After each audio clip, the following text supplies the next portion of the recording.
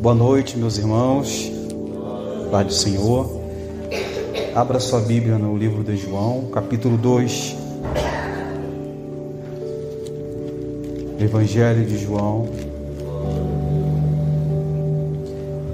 capítulo de número 2, a partir do versículo de número 1.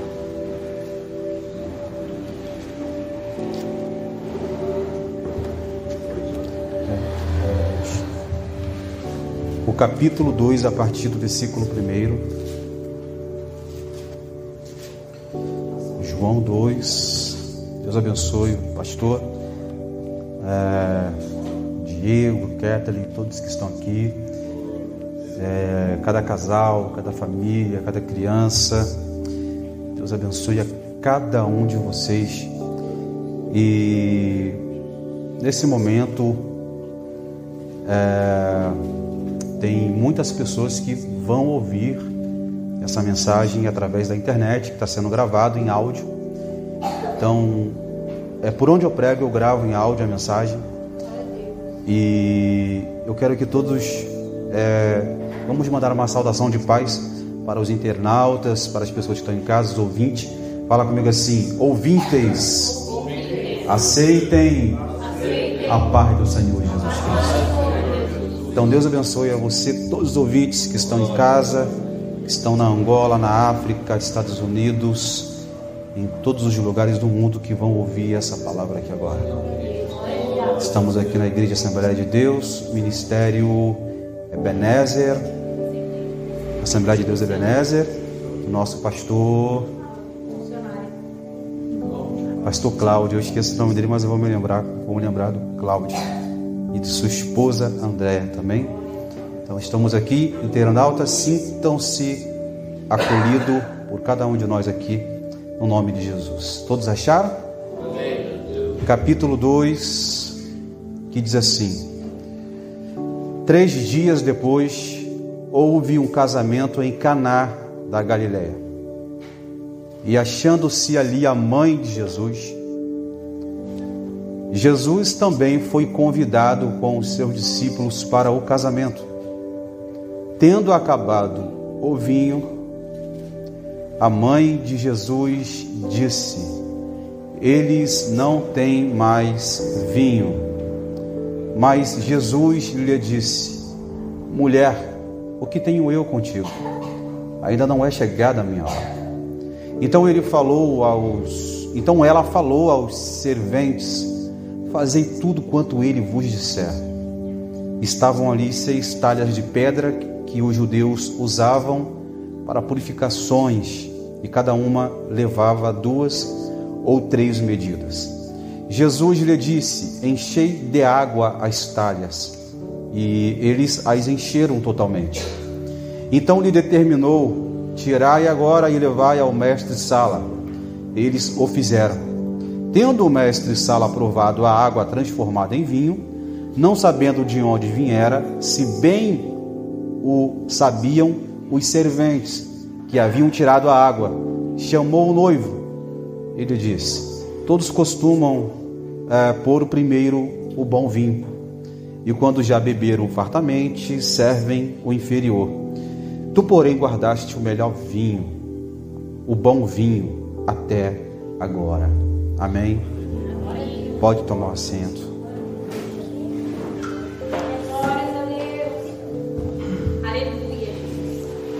O segundo capítulo de João, do Evangelho de João, é um capítulo que marca um dos milagres de Jesus.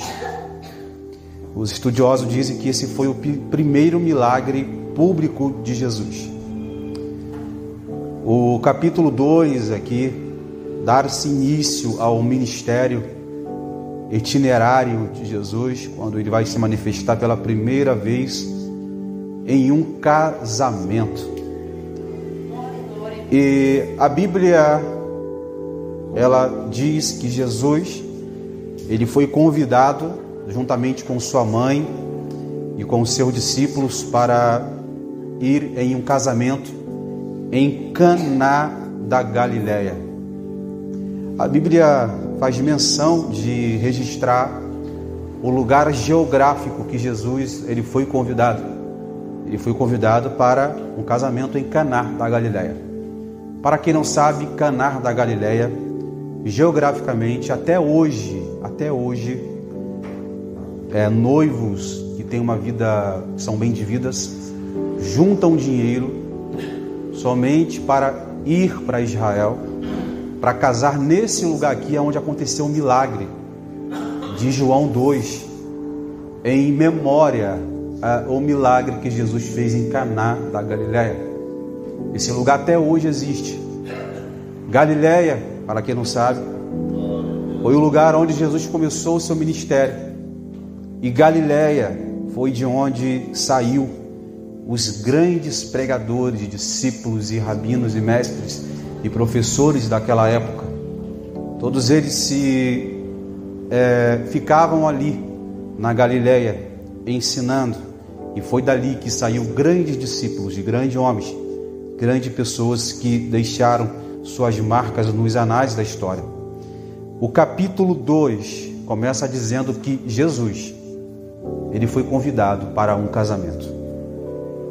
Eu aprendo aqui no capítulo 1 que quando nós convidamos Jesus para um projeto, convidamos Jesus para um propósito, você pode ter certeza que você não vai se decepcionar. Porque quem você está convidando vai garantir a vitória que você precisa.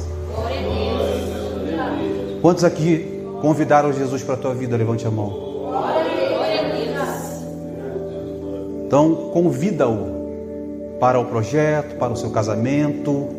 Convida-o. Não faça nada sem primeiro convidar Jesus. Porque quando nós não convidamos Jesus, pastor, a gente quebra a cara. A gente começa a tropeçar. E começamos a tropeçar e cometer os erros e tropeçamos, nos equivocamos porque nós não colocamos Jesus na frente, nós não o convidamos. E quando nós não convidamos Jesus para o nosso projeto, a gente se decepciona e depois queremos colocar a culpa em Deus. Só que a culpa às vezes está em nós mesmos. Então convida-o para a tua vida, para o teu projeto. Ele foi convidado para um casamento. Casamento, sabemos que é uma dádiva de Deus. O casamento, ele foi uma das primeiras coisas que aconteceu no mundo. Lá no Éden, quando Deus, ele atribuiu o casamento entre Adão e Eva, o primeiro casamento do mundo. Então, nesse casamento, era um casamento diferente, de uma cultura diferente, de um país diferente. Vamos supor que hoje alguém vai se casar e o casal, o noivo, os noivos vão se reunir para preparar ali os preparativos. Vão pegar um papel, uma caneta e vão anotar o que é para comprar. Refrigerante, suco, quantos copos, para não faltar nada. O casal vai fazer um balanço para que nada venha acontecer de errado no casamento ou pós o casamento, que é as bodas. Então esse casal aqui, no capítulo 2, eles devem ter sentado, naquela época, no casamento, o noivo, ele chegava até a noiva e assinava um documento que é a ketubá, que era um contrato, e ele voltava 1 ano depois do contrato para casar com a noiva. Então eles prepararam tudo para o casamento, para que nada venha faltar. Só que eles se esqueceram que eles convidaram uma pessoa que ia atrair um grande público para aquele casamento. Eles convidaram Jesus para aquele casamento.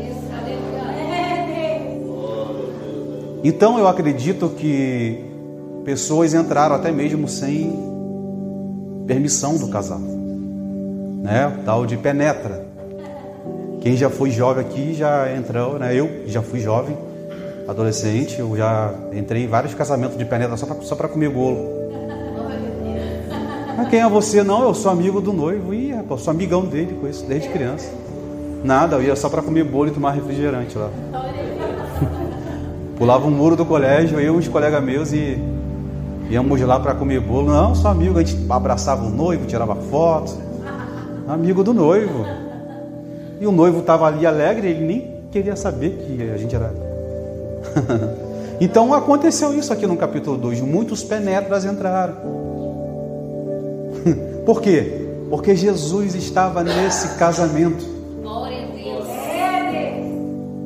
Os noivos tiveram uma ideia. Olha, não vamos deixar faltar nada. Aqui nada vem acontecer, uma vergonha. E naquela época o vinho era servido no casamento, pois o vinho ele tem um símbolo na Bíblia. O vinho simboliza alegria, o vinho simboliza segredos também. O irmão aqui deu testemunho que bebia. E há um ditado judaico que diz que quando o vinho entra, os segredos saem. Já reparou uma pessoa que ela não bebe, mas quando ela bebe, ela solta tudo que tem no coração dela? Eu não estou dizendo que o vinho aqui tinha álcool, não tinha. Mas quando a pessoa do mundo ela bebe, ela é quieta. Mas quando ela bebe, ela se revela quem é. Por quê? Porque quando a bebida entra, os segredos saem. Então o vinho aqui, ele simboliza o segredo. Glória a Deus. Quando Jesus entra, ele vai revelar os segredos para a nossa vida. Então Jesus está lá no casamento, e uma multidão aglomerada naquele casamento, e ele servindo vinho, servindo petisco. De repente, no meio do casamento, alguém chega para Maria, porque Maria era a mãe de Jesus, e Maria era uma convidada especial, porque a Maria era amiga dos noivos. Então, alguém chegou para Maria e falou assim: olha, Maria, aconteceu um problema aqui agora. Que problema? O vinho acabou. E agora? Olha, na cultura judaica naquela época, se faltasse vinho no casamento, era uma vergonha para os noivos. Era tanta vergonha que o casamento poderia terminar em divórcio, porque era vergonha. Porque o vinho na cultura judaica tem um simbolismo muito forte para os judeus. Então, o término do vinho ali poderia colocar em risco o divórcio daquele casal. Ou seja, mal começar a vida já iam se divorciar, porque alguém ia dizer: olha lá, fomos num casamento, vergonha, o vinho acabou. Se naquela época tivesse internet, as pessoas iam postar no Instagram, no Facebook, dizendo: fomos num casamento aí, ó, e o vinho acabou, que vergonha. Imagina, aquele casal ia ficar exposto. Só que Maria, ela tem uma inteligência. O que ela vai fazer? O vinho acabou. Ela saiu espalhando para todo mundo que o vinho acabou? Não. Maria, ela não pode fazer nada. Ela vai pegar o problema daquele casamento e vai colocar nas mãos de Jesus. Ela vai chegar assim para Jesus e falar assim: ó, o vinho acabou. Ninguém sabe não, mas o vinho acabou. Aí Jesus falou assim: mas o que tem eu a ver com isso? O que eu tenho a ver com isso? Aí, quando nós lemos aqui, parece que Jesus é meio áspero com Maria, mas não. Ele quis dizer o seguinte: mas o que eu tenho a ver com isso? Que o vinho acabou? O que eu posso fazer? Aí Jesus falou: tá bom, ó, vamos fazer um negócio. Eu quero que pegam 6 talhas aí de pedra que servia para a purificação dos judeus e pedem para os serventes encher as talhas de água, tá bom? Só que a notícia da falta do vinho não vazou, porque seria uma vergonha. Nós aprendemos o seguinte: que quando nós temos um problema, a gente não pode espalhar para todo mundo. A gente temos que entregar na mão de Jesus. Então Maria, ela pegou aquele problema e ela, entregou na mão de Jesus. E Jesus falou: vamos fazer alguma coisa. Aí ele fala: prepara as pedras aí. Olha, fala comigo assim: 6 talhas de pedra. Mais uma vez, 6 talhas de pedra. Essas 6 talhas de pedra aqui tem um simbolismo espiritual na Bíblia. Quantos dias Deus criou o mundo? Em 6. No 7º ele descansou. Cada talha de pedra simbolizava um milênio. Jesus é a 7ª talha. É a talha da revelação do casamento. Aí ele fala assim: ó, enche de água. Água é algo natural. Você bebe água, água não tem sabor. Mas a água simboliza a palavra. Lembra que eu falei que vinho simboliza segredo? Então Jesus é o vinho. Ele vai transformar a água, que é natural, e vai revelar o vinho, que é os segredos da palavra de Deus que está aqui nessa noite. Então ele é a 7ª talha. Ou seja, quem crê aqui na vida eterna, levanta a mão.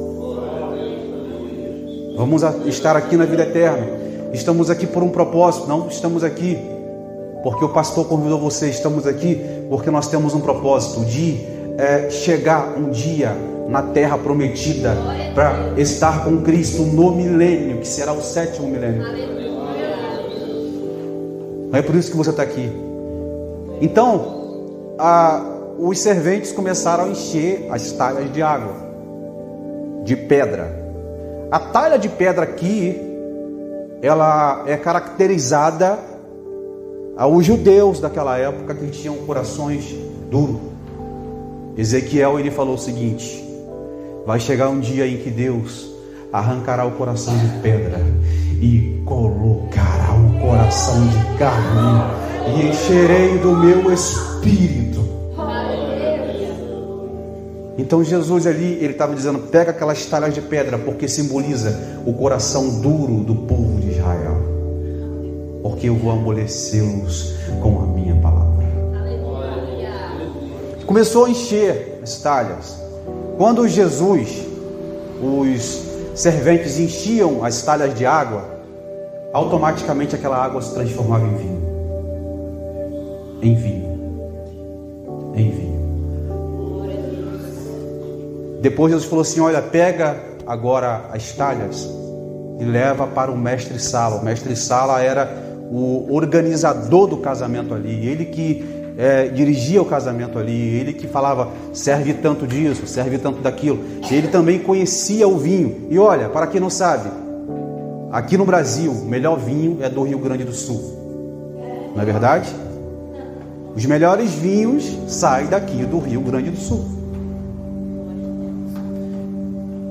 Em Israel, Galileia já foi considerado, a Galileia já foi considerado pela ONU como um lugar que sai de lá os melhores vinhos do mundo. Na Galileia. Aí Jesus aqui, ele é o vinho, ele é a revelação da palavra. Ele vai extrair o melhor vinho para aquele casamento. Aí ele vai dizer: pode servir. Aí o mestre-sala experimentou o vinho. Ele falou: olha, primeiro se costumam servir um vinho inferior para os convidados, para depois servir um vinho superior. É como um casamento. Primeiro a gente serve um docinho, um salgadinho. Depois vem o quê? Depois vem o bolo. Depois vem o quê? Vem o bolo, vem uma janta, né? O petisco é só para ali dar uma disfarçada, mas depois vem o melhor. Só que o mestre de sala falou o seguinte: primeiro costuma-se servir um vinho inferior, mas esse vinho aqui é o melhor do que o primeiro que estava sendo servido. Porque Jesus aqui, ele é o vinho. O vinho tem 3 significados. Simboliza a alegria do Espírito. Neemias 8, versículo 10. Não vos entristeceis, porque a alegria do Senhor é a nossa força. Salmos de número 4. Puseste alegria no meu coração. Davi, ele disse: eu me alegrei quando me disseram: vamos para a casa do Senhor. Vinho simboliza alegria. Segundo o significado de vinho, vinho simboliza o sangue do Cordeiro de Deus que tira o pecado do mundo. O sangue de Jesus. O que nós aprendemos aqui? O vinho faltou no casamento. E Jesus estava onde? No casamento. Nós servimos a Jesus. Amém ou não amém? Isso significa que vai deixar de faltar alguma coisa na nossa vida? Hã? Ou você é aquele tipo de crente que só serve a Deus quando tudo está dando certo? Né, pastor? Eu conheço um irmão que quando ele está bem, está com dinheiro, ele só está alegre. Como de gaúcho fala aqui, está faceiro, né? Mas quando falta dinheiro, já vira a cara para os outros. Chega na igreja, não dá nem a paz do Senhor. Com a cara de delegado.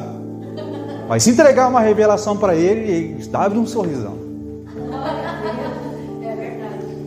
Servir a Deus é quando está tudo ruim e quando está tudo bom também.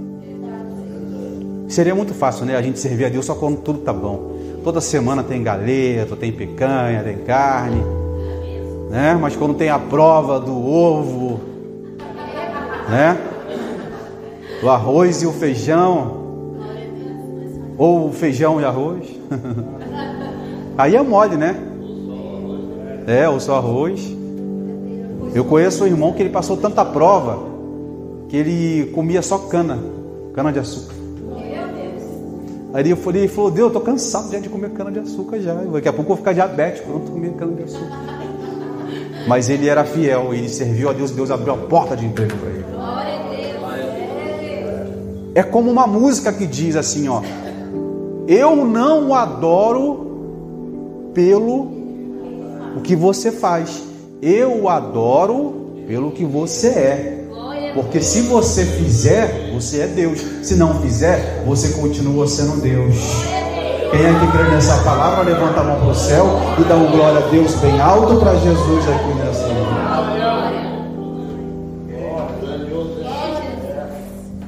Eu aprendi muito na minha vida. Eu estava conversando com o pastor ontem, eu saí do Rio de Janeiro. Rio de Janeiro é um lugar de muvuca.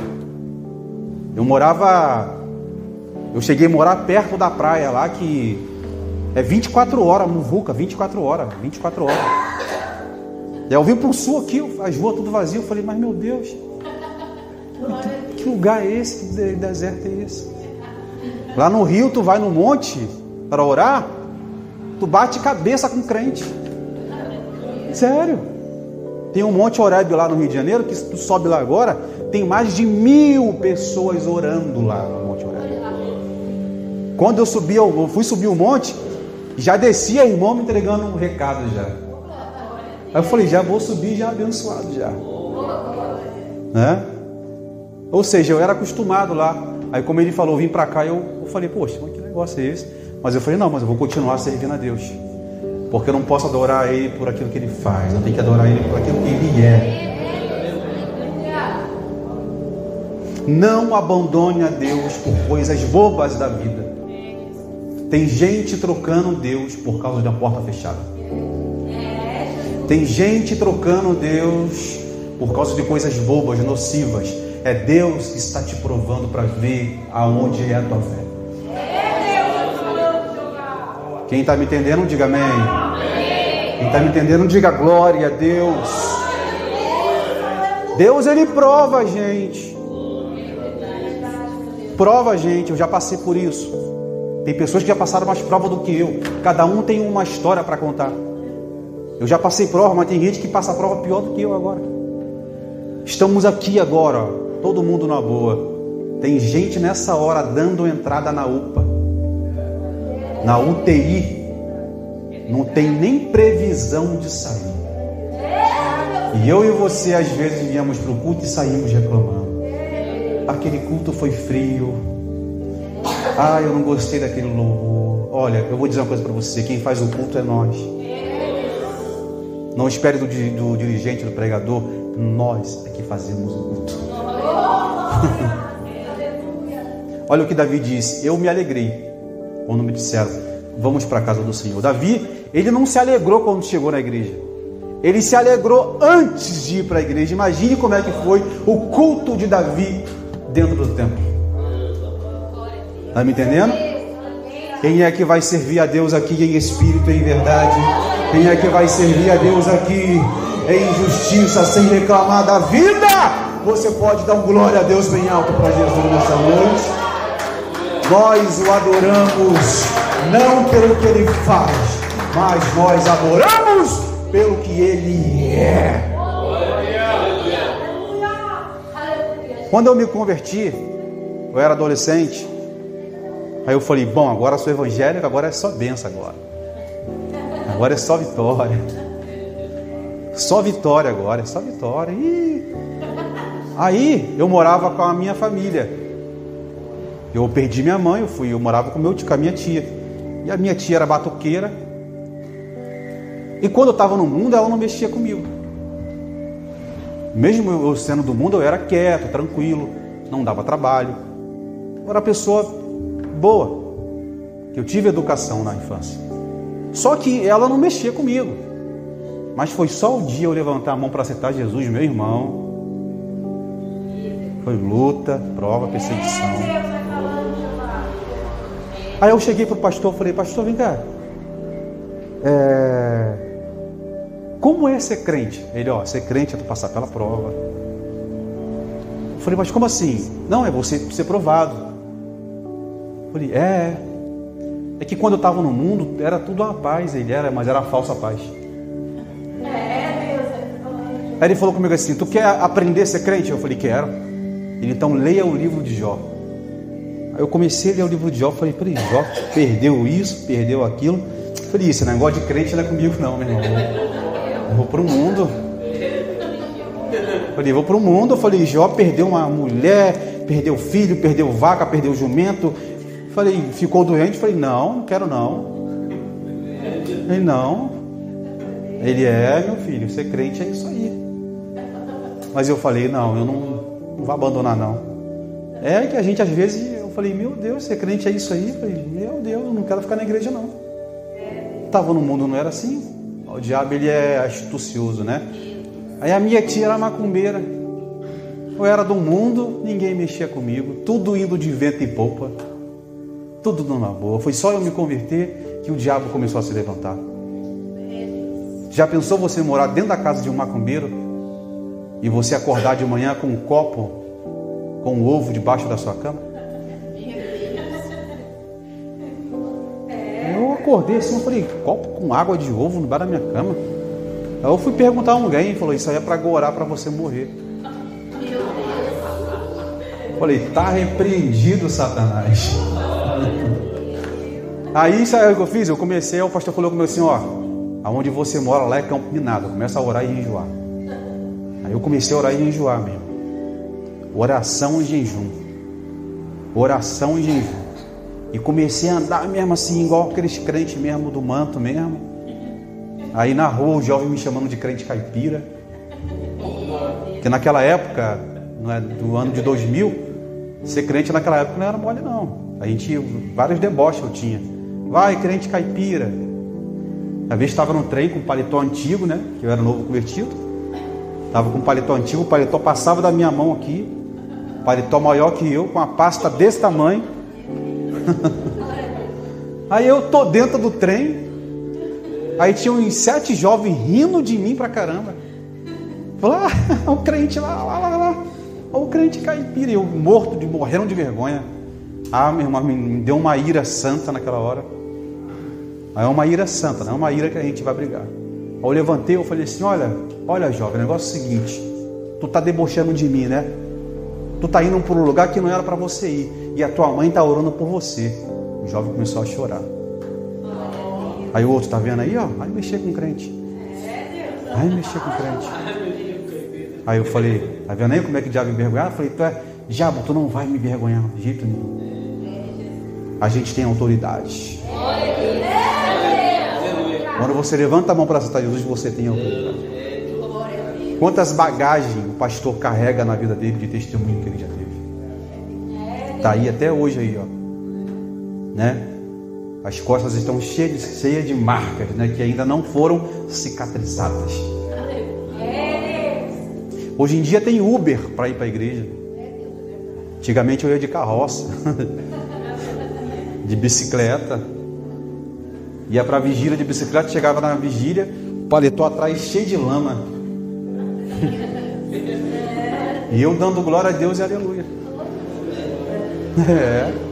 Às vezes eu ganhei um paletó branquinho, de linho, do amigo meu que ele casou. Ele falou, vou te dar de presente meu terno. Ele me deu. Fui para a vigília, né? Se achando. Falei, estou igual um anjo, estou todo de branco hoje. Vou para a vigília igual um anjo hoje, todo de branco. Tava na carroça, passou um ônibus, jogou um lamaçal em cima de mim. Falei, mas o diabo é muito furioso mesmo, né, irmão? Falei, eu vou para a vigília assim mesmo, tô nem aí. Me misturei com os vasos lá e comecei a dar lugar lá com os crentes lá. Mas não era fácil. Aí até que um dia a minha tia falou comigo assim, não quero você mais aqui na minha casa. Eu falei, por que? Não estou fazendo nada, não quero você mais aqui. Eu tinha entre 17 e 18 anos. Eu falei, mas para onde que eu vou? Eu falei, não tinha mãe, não tinha pai, para onde que eu vou? Ela pega outras coisas e some daqui. Não quero você aqui. Eu falei, por que? Ela, não interessa. O que eu vou falar aqui agora, aqui, acredite. Uma mãe de santo, que de santa não tinha nada. Porque mãe de santo é você que é mãe do teu filho. Ele é... Mãe de santo não existe. O negócio de mãe de santo é coisa do diabo. Você é mãe do inferno, né? Não é mãe de santo. Uma mãe de santo chegou lá toda de branco na casa da minha tia para dar banho nela de rosa. Aí falou assim com ela, quem é aquele garoto ali? Ah, ele é meu sobrinho. Não, mas sim, mas eu quero saber o que ele é. Ah, ele é evangélico. Ah, eu pensei porque eu vi uma luz muito forte nele. E manda ele sair daqui porque eu venho fazer trabalho aqui. O diabo não desce aqui. Aí eu falei, o diabo não desce porque é onde tem um crente cheio do Espírito Santo. Quem tem que descer é o Espírito Santo. Não é o diabo que tem que descer. Uma vez eu preguei numa igreja, pastor, que era do lado de terreiro de macumba. Toda sexta-feira o culto lá e o batuque lá comendo lá, ó, pá, batuque comendo. Aí eu fui fazer uma campanha nessa igreja lá sexta-feira. Aí eu falei, não aceito. Aí eu fui no jejum pregar lá. Aí no outro dia a mãe de santo falou pro pastor, falou, olha, a gente não conseguiu fazer o nosso batuque aqui não. Por quê? Não, é porque o culto ontem aí tava um negócio aí que o santo aqui não baixou não.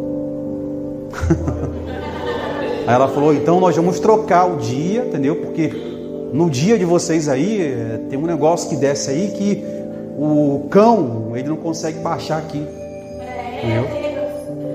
Ele não consegue baixar. Eu falei, mas é porque é onde tem um crente que é sal da terra e luz do mundo, o mal ele não pode ficar.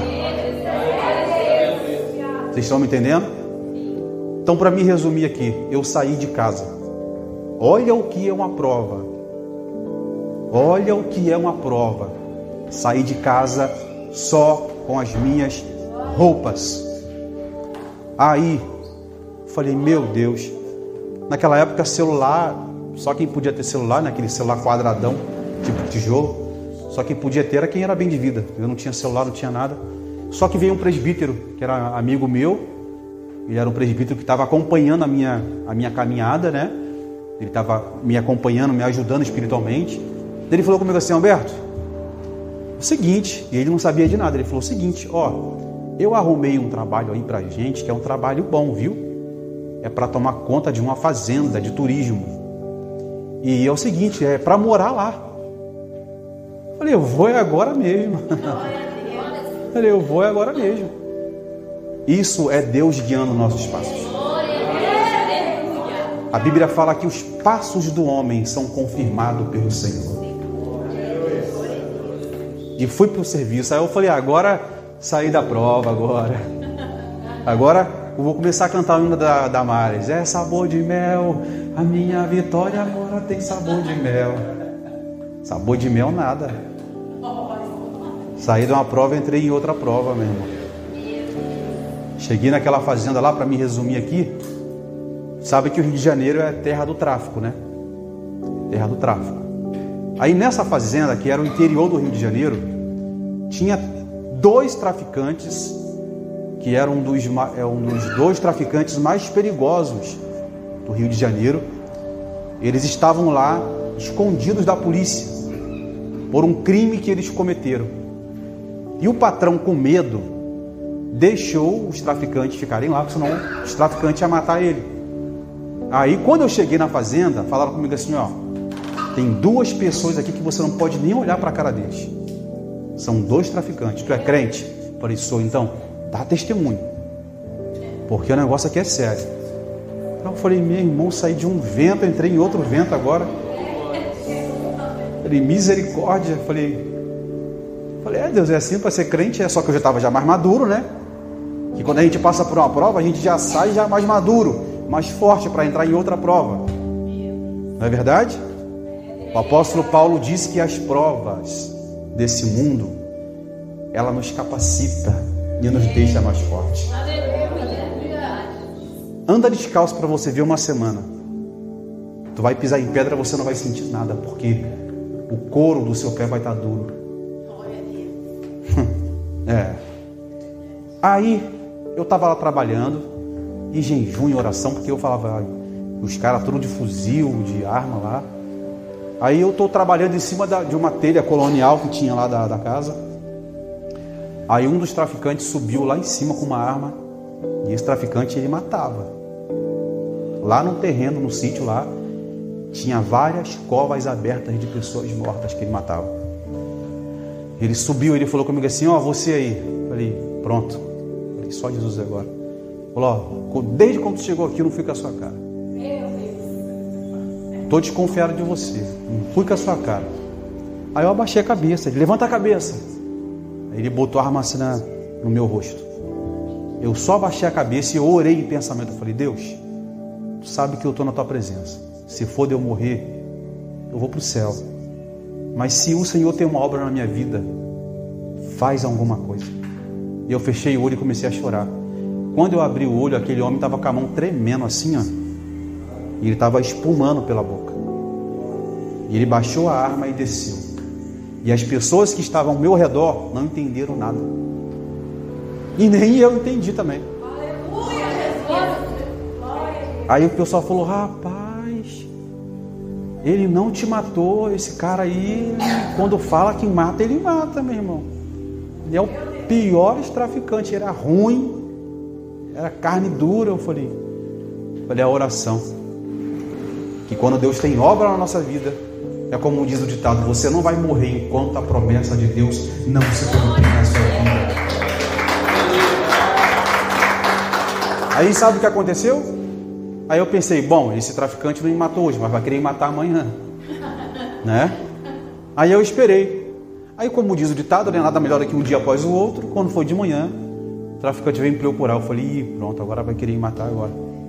Ele, não, eu quero te falar um negócio, rapaz, olha, ontem eu ia te matar, sabe, mas uma coisa segurou minha mão, e eu vi que realmente você tem a presença de Deus. Ele, eu quero te pedir desculpa, e olha, eu quero que você conversa comigo, me dá uns conselhos. Aí eu virei amigo do traficante. Amigo, mas não fazendo o que ele fazia, né? Aí um dia, pastor, estava eu e mais 2 jovens lá trabalhando crente. Os traficantes provaram a gente. Vamos ver se eles são crentes mesmo. Os traficantes fizeram uma festa lá no sítio. Colocaram cocaína, maconha, colocaram bebida. Eles falaram assim, aí vocês aí podem beber. Eu falei, eu não quero não. Eu tô bom, tô de boa aqui. E os 2 jovens que estavam comigo usaram droga. Eram da igreja. E eles deram lugar à carne. No outro dia, os traficantes falaram assim: ó, os 3 aqui, eu também. Você pode ficar aqui, mas esses 2 quero que vaza do sítio. Eu fiz a festa aqui para provar vocês, porque eu não quero trair aqui no meu sítio aqui. Você pode ficar aqui, você é crente mesmo. Agora os 2, vai embora, senão eu vou matar. Aí tá bom. Aí eu comecei a evangelizar aqueles traficantes. Falei: ó, Jesus, ele salva, ele trabalha, sai dessa vida, cuidado, entendeu? E eles faziam assalto, eles assaltavam banco, esses negócios, e eles voltavam com um malote de dinheiro para me dar. Então para você. Eu falei: eu não quero nada de vocês. Aí um dia eu falei assim com ele: ó, ou você aceita Jesus, eu vejo você sendo preso. Deus me mostrou você sendo preso. Ele acreditou na revelação. Mas ele falou assim: olha, eu vou fazer o último assalto. Ele ora por mim. Eu falei: eu não vou orar por você nada. Vou orar para você assaltar os outros. Tá doido? Eu vou orar para Deus dar livramento para a pessoa que vai ser assaltada. Eu não vou orar por você não. Que negócio é esse? Que lá no Rio os traficantes pedem oração para os pastores. Para falar: pastor, ora aí que a gente vai fazer um assalto ali, entendeu? Ora aí que a gente vai. Só Jesus na causa. Eu falei: tá maluco? Eu falei: vou orar nada, rapaz. Vou orar para Deus dar livramento para a pessoa que tu vai assaltar. Eu falei: eu vou orar para Deus ter misericórdia de você. Aí eu orei. Depois daquele dia nunca mais eu vi ele. Sabe o que aconteceu com ele? Diante de Deus que está aqui, ele foi fazer o assalto e o assalto não deu certo. Ele foi assaltar uma madame lá de Copacabana, que é um lugar famoso do Rio de Janeiro. E como o assalto não deu certo, ele pegou e fez a vítima ali como refém. Aí é que deu, né? A polícia veio e ele teve que se entregar. E saiu no jornal: traficante mais caçado do Rio de Janeiro é preso. Aí eu falei: glória a Deus. Falei: glória a Deus. Porque a profecia se cumpriu. Nunca mais eu vi ele, mas eu fiquei sabendo que ele se converteu dentro da cadeia. E até hoje ele é crente. Ou seja, eu preguei para ele, ele não aceitou. Mas depois que ele se viu em condições críticas, ele aceitou Jesus. Então é por isso que hoje eu não ligo. Igual o pastor falou aqui, ó. Quando eu vim para cá para o sul, realmente, não que o lugar aqui é ruim, aqui é muito bom. A cultura aqui é um lugar muito tranquilo, mas muito tranquilo mesmo. Mas eu estava conversando com ele e com o Diego ontem. Aqui é difícil ser crente. Por quê? Porque aqui tem mais ímpio do que evangélico aqui. Aqui eu sei disso. Aqui se você pregar na rua ali, os outros xingam. Lá no Rio tu pode pregar à vontade, que ninguém mexe com você. Tu vai pregar em favela no Rio, lá todo mundo deixa você pregar. Agora vai pregar em uma favela aqui para você ver. Nem deixa entrar. Aqui é difícil. Por isso que você está aqui, porque você é remanescente. Por isso que você está aqui, porque Deus escolheu cada um de vocês que estão aqui. Tá bom? Eu vou terminar. Eu posso louvar um louvor? Só um louvor só? Amém. Olha, para me finalizar, o vinho pode faltar, mas o que não pode faltar é a presença de Jesus na sua vida. Entendeu? O que não pode faltar é a presença de Jesus. Pode faltar dinheiro, pode faltar, mas Jesus não pode faltar. Se você tem Jesus, Ele vai fazer tudo na hora certa para você. Ele vai te usar, Ele vai te preparar na hora certa.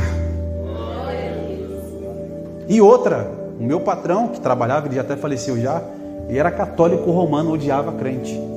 Descendente de italiano, odiava crente. Ele odiava, ele debochava da gente. Eu odeio crente, vocês são tudo fanático, vocês não prestam, crente é fanático. E eu ali só aguentando, e só orando por ele, só orando.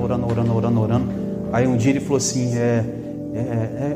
por que eu persigo tanto vocês e vocês ficam quietos? Eu falei: é porque a gente é crente. Não, mas eu achei que você... Não, o crente não reclama. A gente aguenta calado. Jesus, quando foi levado para o matadouro, a Bíblia fala que ele foi como ovelha muda.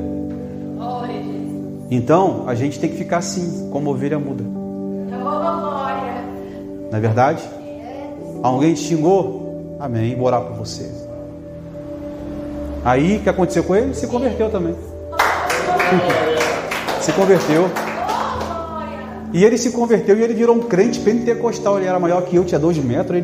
Levei ele na igreja e ficava pulando na igreja lá. Ele nunca sentia essa alegria que eu sentia. Aí ele começou a ajudar os pobres, que ele tinha dinheiro. Ele começou a pegar mutirão de compra ajudando. Ele falou, não, agora eu quero ser crente. E ele morreu crente. Amém? Pode botar Davi Sassi debaixo das tuas asas. Vai ser rapidinho, tá, irmão? Perdoa pela hora. Aleluia. A tua presença. Aleluia. Quem crê que Deus está aqui, diga.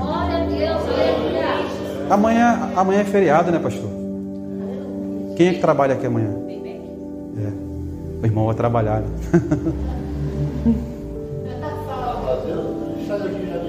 Então eu vou ficar aqui até 5 horas da manhã, então. Não, eu tô brincando, tá? Tô brincando. Vamos dormir no serviço, né? Amém. Eu tô brincando, tá bom?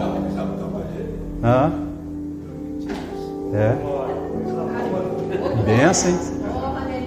Quero trabalhar também lá também, me leva lá que eu quero.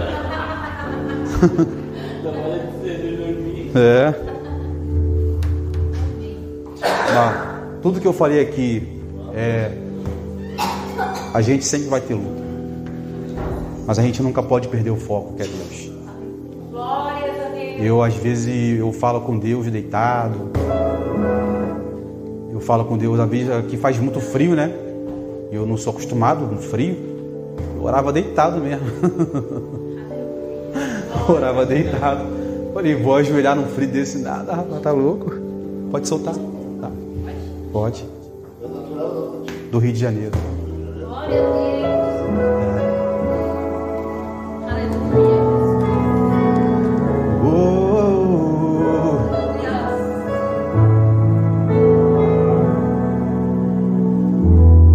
Eu não preciso ser reconhecido por ninguém. Boa noite, meus irmãos. Paz do Senhor.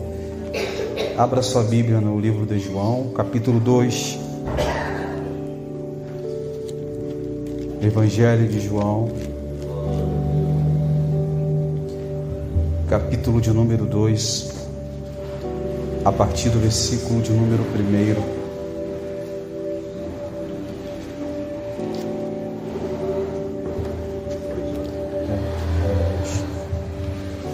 O capítulo 2, a partir do versículo 1. João 2. Deus abençoe o pastor Diego, Kathleen, todos que estão aqui, cada casal, cada família, cada criança. Deus abençoe a cada um de vocês. E nesse momento